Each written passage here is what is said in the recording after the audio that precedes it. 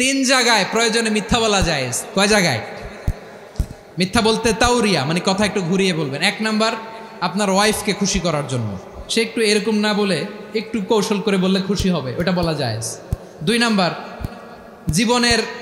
জীবন মরণের ব্যাপার, জান বাঁচানোর জন্য একটু কৌশল করে ঘুরিয়ে বললেন, এটা জায়েজ। তিন নাম্বার, দুইজন ঝগড়া লাগছে তাদেরকে মিলিয়ে দেওয়ার জন্য কৌশল করে একটু মিথ্যা বলা, ঘুরিয়ে বলা জায়েজ।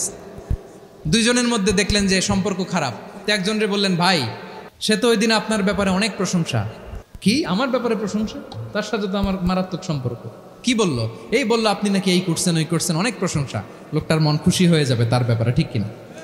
আবার তার সাথে যার ঝগড়া, ওরে যে বলবেন, ভাই ওই দিন তো সে আপনার অনেক অ্যাপ্রিসিয়েশন করলো, অনেক।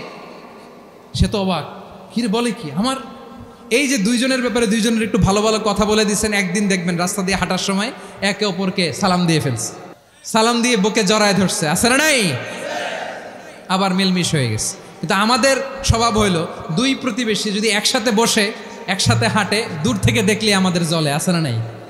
ঘটনা কি? এই দুইটার মধ্যে এত মিল কে? এই দুইটার মধ্যে গিরিঙ্গি লাগানো যায় কিভাবে?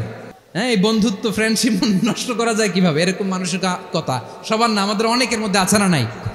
আল্লাহর কাছে তওবা করেন, এই মানসিকতার যেন আমরা না হই, আমরা মিলিয়ে দিব।